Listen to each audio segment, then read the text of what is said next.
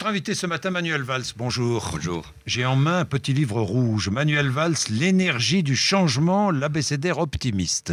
Eh bien, nous écouterons vos solutions tout à l'heure, mais nous allons regarder l'actualité ensemble. J'ai lu dans Le Point de la semaine dernière que vous aimiez la corrida et le titre était « Les banderilles de Manuel Valls ». Après les banderilles, il y a la mise à mort. Mise à mort de qui, Manuel Valls? Des autres candidats aux primaires ou pas? On va essayer de ne pas comparer les choses. Alors surtout, le seul fait de parler de corrida, je vous alerte, va faire qu'on va envahir le site, le blog de RMC. Et puis vous savez, les journalistes, parfois, quand quelqu'un est d'origine espagnole, il aime forcément... la corrida. Oui, bien sûr, mais c'est forcément le sang, le taureau, l'énergie... Alors, restons dans le sud de la France. Jean-Noël Guérini devant la justice le 8 septembre prochain, la semaine prochaine, le 8 septembre prochain. Dites-moi, s'il est mis en examen, est-ce qu'il doit démissionner de la présidence du Conseil général des Bouches-du-Rhône et du Parti socialiste? Alors, attendons. Oui. D'abord, deux éléments de précaution, que sa mise en examen soit confirmée. Oui. Et je rappelle par précaution que mise en examen ne veut pas dire coupable. Condamnation. Mais soyons clairs. Si les faits qui lui sont reprochés, et notamment si dans la mise en examen il y a cette accusation d'association de malfaiteurs, oui, évidemment, et c'est de sa responsabilité, Jean-Noël Guérini devra immédiatement, mais pour lui-même, pour l'institution du Conseil général, c'est la seule solution, devra abandonner la présidence du Conseil général. Et pour le futur candidat socialiste à la présidentielle aussi. Oui, mais il faut avoir quelques principes. Une telle accusation, une telle mise en examen, qui donnera lieu à une procédure, puis ensuite à une confrontation et un jugement, mais de toute façon l'oblige à abandonner la présidence du Conseil général et à se mettre en retrait du Parti socialiste. Est-ce que la formule « je change », nous restons à Marseille, est-ce que la formule prononcée par Harlem Désir concernant Claude Guéant, qui est comparé à Bruno Gollnisch, était la bonne? Toute triste copie, Claude Guéant est une triste copie de Bruno Gollnisch, a dit Harlem Désir. C'est une bonne formule? Non. Il y a suffisamment de choses à reprocher à Claude Guéant, un certain nombre de ces dérapages verbaux, et puis surtout le bilan d'une politique de sécurité qui l'inspire depuis des années comme haut fonctionnaire et surtout comme le plus proche collaborateur de Nicolas Sarkozy depuis 2002, pour ne pas se risquer à ce type de formule. Il y a incontestablement, et Harlem Désir avait raison de le souligner, une tentation dans une partie de la droite de nouer demain des alliances avec un front national qui éventuellement changerait, je mets des guillemets. Et la passerelle, c'est évidemment cette droite populaire que Harlem a eu raison de fustiger. Mais je crois que dans ce moment difficile pour les Français, nous devons faire attention à toutes les formules. Contentons-nous, et c'est déjà beaucoup, à la fois de rappeler que les Français jugeront le bilan de Nicolas Sarkozy, mais qu'ils attendent aussi un projet pour le pays. Encore deux questions d'actualité. Dominique Strauss-Kahn va revenir en France. Est-ce que vous pourriez l'inviter à l'un de vos meetings? Vous l'avez soutenu. S'il souhaite venir, pourquoi pas? Vous l'inviteriez sans problème? Mais moi, j'ai aucun problème avec Dominique Strauss-Kahn, mais soyons simples là aussi. Il n'y a que lui qui peut répondre à ce type de questions. Et puis, d'une manière générale, je pense que dans cette période, Dominique Strauss-Kahn a besoin de s'expliquer devant les Français et a besoin de se reconstruire lui-même avec les siens. Enfin, dernière question d'actualité. Nous avons développé le sujet sur RMC ce matin. Frédéric Lefebvre qui déclare que si nous n'arrivons pas en France à faire baisser le chômage, c'est parce que nous faisons trop d'enfants. C'est hallucinant. C'est à côté de la plaque, encore une fois. L'un des atouts de la France, c'est précisément sa démographie, ce qui devrait d'ailleurs nous rendre parfois plus optimistes par rapport à d'autres pays. Il veut dire quoi, Frédéric Lefebvre? Qu'il faudrait faire moins d'enfants, qu'il faudrait revenir à des politiques antinatalistes? Ou peut-être derrière cela, y a-t-il une autre idée, que les Français d'origine étrangère ou les immigrés feraient trop d'enfants? Je ne sais pas, il faut lui poser la question. Mais quand on est ministre, et quand on représente la France, en plus il a un portefeuille important, celui du tourisme, donc il représente aussi la France à l'extérieur, faut faire attention quand on prend la parole. Dernière chose, je reviens à Dominique Strauss-Kahn, cette phrase de Michel Rocard qui pense que Dominique Strauss-Kahn est atteint d'une maladie mentale. Et si on arrêtait ce type de déclaration, je crois que ça serait pas mal. Quoi. Bon. D'accord. Manuel Valls, on va parler de votre programme, de vos idées et de la concurrence au sein du Parti socialiste. Dans quoi 1 minute, 2 minutes, vous êtes sur RMC BFM TV. Il est déjà 8h41, à tout de suite. Du lundi au vendredi à 8h30 sur BFM TV. Bourdin 2012. Manuel Valls est notre invité ce matin. Manuel Valls, je lisais Le Figaro hier. Le principal problème de Valls, c'est de séduire plus en dehors de son parti qu'à l'intérieur. C'est évidemment le but des primaires.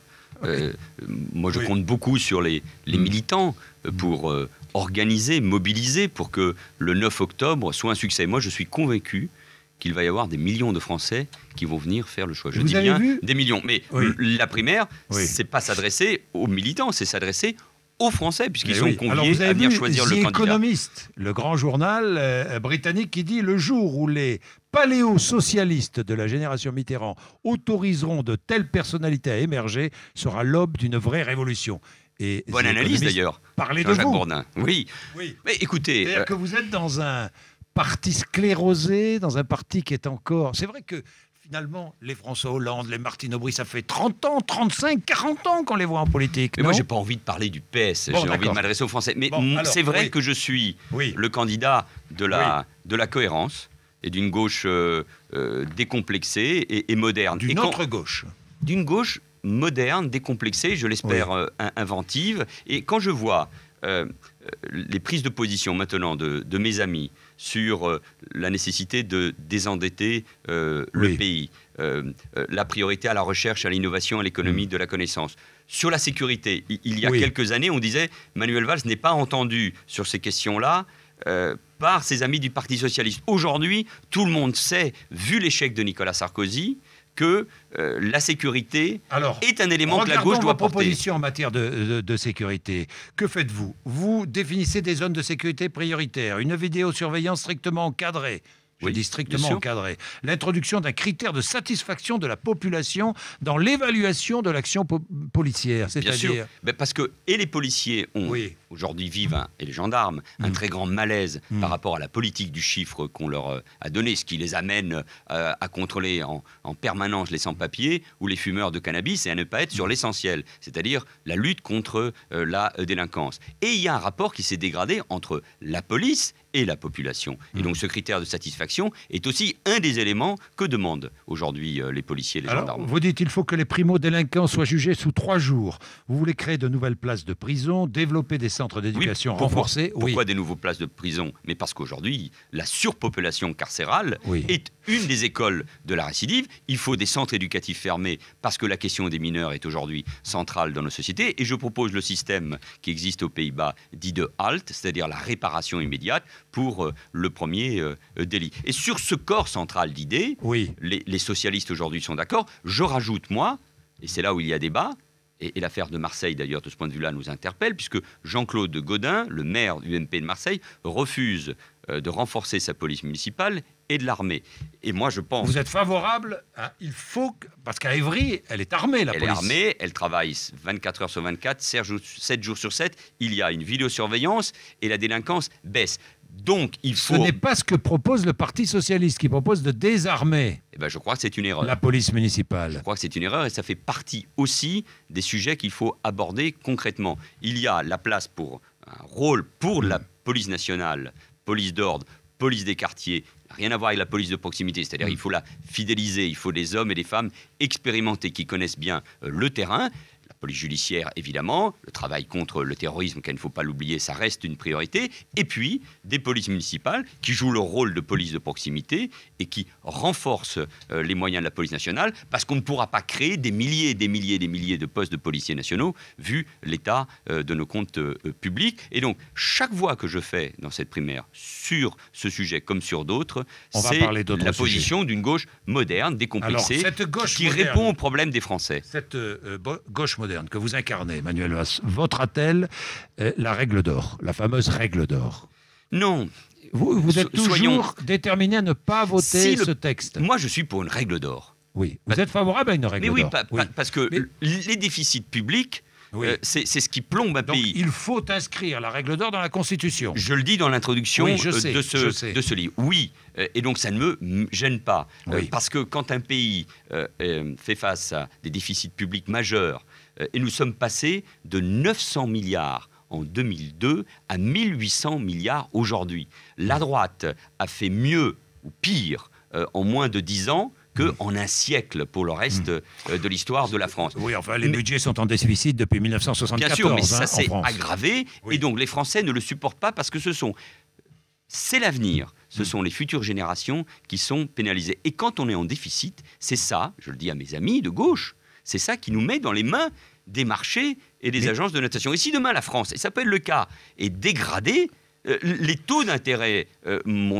augmenteront, et ce sont les Français qui en seront pénalisés. Vous ne voterez pas le texte proposé par Nicolas Sarkozy, mais vous voteriez une autre règle d'or. Je pense que nous devons proposer une autre règle d'or, une loi pluriannuelle. C'est ce que va faire le Parti socialiste ou pas?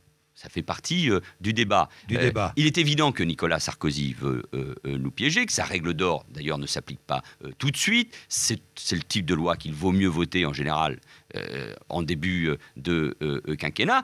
Et si Nicolas Sarkozy veut le vote de cette règle d'or, eh bien, il en discute avec les leaders, les responsables de l'opposition, et il entend ses propositions. Parce que nous n'allons pas, à travers cette règle d'or... Il propose un texte d'union nationale sur la question. On ne blanchit pas l'action de Nicolas Sarkozy. Êtes-vous sûr que Martine Aubry est favorable à l'instauration d'une règle d'or dans la Constitution? Je ne doute pas que vous allez lui poser la question. Encore une fois, ça fait partie des débats. Lutter contre les déficits publics, revenir, et il faudra du temps. À l'équilibre. Il faudra du temps. Il ne faut pas raconter aux Français qu'on le fera en quelques mois. Déjà, la perspective, c'est les 3% de déficit auxquels nous contraint normalement le traité de Maastricht en 2013. Ça nous oblige à des efforts en termes de dépenses, à trouver de nouvelles recettes. Donc, dire aux Français qu'on n'augmentera pas les impôts, les prélèvements obligatoires, c'est leur mentir. Ça veut dire que si vous arrivez au pouvoir, vous augmentez la TVA, vous augmentez la CSG? Moi, je suis pour augmenter la TVA, ce que j'appelle la TVA protectivité dans mon livre. C'est un néologisme. Forme de TVA sociale. Ou protection. Évidemment, parlons simplement. Une TVA modulée, qui ne touche pas, par exemple, cette augmentation, les produits de première nécessité, mais qui peut favoriser... Quels seraient les produits touchés, par exemple? Par exemple, tous les produits polluants. Le très haut luxe, ce qui crée une compétition déloyale à l'égard des industries françaises. Il s'agit de transférer les charges des entreprises sur la consommation, et il s'agit de protéger aussi nos emplois, et notamment nos emplois industriels. Si demain je suis président, si demain la gauche l'emporte, ça veut dire qu'il faudra trouver tout de suite de nouvelles recettes. Moi, je propose que toutes les nouvelles marges de manœuvre qu'on peut trouver, grâce notamment aux niches fiscales auxquelles il faut s'attaquer, où il faut en sortir ou les plafonner. Tout doit être mis à 100% au service de la lutte contre les déficits. Pour financer de nouvelles politiques, éducation, justice, alors là, ça veut dire qu'il faut le faire à la place d'autres politiques publiques. Manuel Valls, vous dites qu'il faut absolument réduire les dépenses de l'État, il faut faire des économies, il faut insuffler de l'argent dans l'économie française pour lui redonner de la vigueur et de la croissance. Mais, pardon, je regarde le projet du PS. Revalorisation du SMIC. Vous êtes favorable ou pas? La question des salaires va se poser, mais on ne pourra pas tout faire. Bon. Mais attendez, construction de 150 000 logements par an, c'est bien. Scolarisation dès l'âge de 2 ans, c'est bien. Création de 10 000 postes de policiers gendarmes, c'est bien. Et 300 000 emplois jeunes aidés, qu'est-ce que c'est que ça? La crise, Manuel Valls. La crise, qui n'est pas derrière nous. Oui. Nous la vivons déjà depuis quelques années. Oui. Elle est devant nous. Nous oblige à reviser notre programme, notre projet. Vous demandez à ce qu'on révise le programme du PS par la force des choses, de toute façon, les Français le savent, et à définir quelles sont les priorités. Le désendettement, 100% des nouvelles marges sur le désendettement. Le soutien à la compétitivité, d'où ma proposition de TVA protection. Les PME, les PMI, les emplois industriels, la recherche, l'innovation et l'université. Parce que c'est là-dessus que se joue l'économie de demain. Et la justice sociale, à travers, évidemment, la réforme de la fiscalité, mais qui mettra du temps, la fusion de l'impôt sur le revenu avec la CSG et la retenue à la source, et la fiscalité locale, parce qu'aujourd'hui, c'est la plus injuste. Et au cœur de tout cela, la seule priorité, c'est l'école et la formation, parce qu'aujourd'hui, l'école de France reproduit les inégalités, et être de gauche, c'est lutter contre cette reproduction des inégalités. C'est donner encore plus de moyens à l'école, non? Non, parce que l'école, elle a besoin de quoi?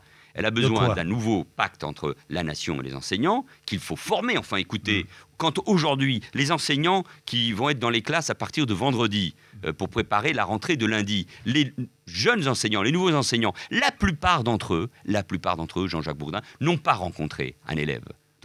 Donc ça veut dire qu'il faut revoir la formation. Quand vous enseignez à Évry, la ville dont je suis le maire, c'est pas tout à fait le même métier d'enseignant que quand vous enseignez à Neuilly. Et vous comprenez pourquoi je prends cet exemple. Deuxièmement, il faut revoir totalement les rythmes scolaires. 4 jours par semaine dans le primaire, c'est absurde. 140 jours dans l'année, mais il faut passer à 180 jours. Le soutien scolaire qui doit être fait par les enseignants, c'est tout cela qu'il faut revoir. La pédagogie aussi, que ce soit au lycée ou au collège ou à l'école primaire. C'est votre façon de faire ces propositions, éditer ce petit, c'est votre façon de ne pas laisser la primaire être confisquée par les deux favoris? Il y a 6 candidats. Oui. Et moi, je vous dis ça parce que vous avez dit ça à La Rochelle, dans un bar avec vos supporters. Vous avez dit, mais ne laissons pas cette primaire confisquée par les deux favoris. Et parce que moi, je veux être utile. D'abord, je veux que cette primaire soit utile. Oui. Il s'agit pas uniquement... Vous sentez qu'elle est utile, là? Je pense qu'elle l'est. Oui. À travers tous ces débats. Et le 9 octobre, les Français vont choisir. Il y a des favoris. Oui. Je ne suis pas idiot. Il y a des sondages, il y a des outsiders. J'en suis un. Mais moi, je veux être utile à la gauche et à la France.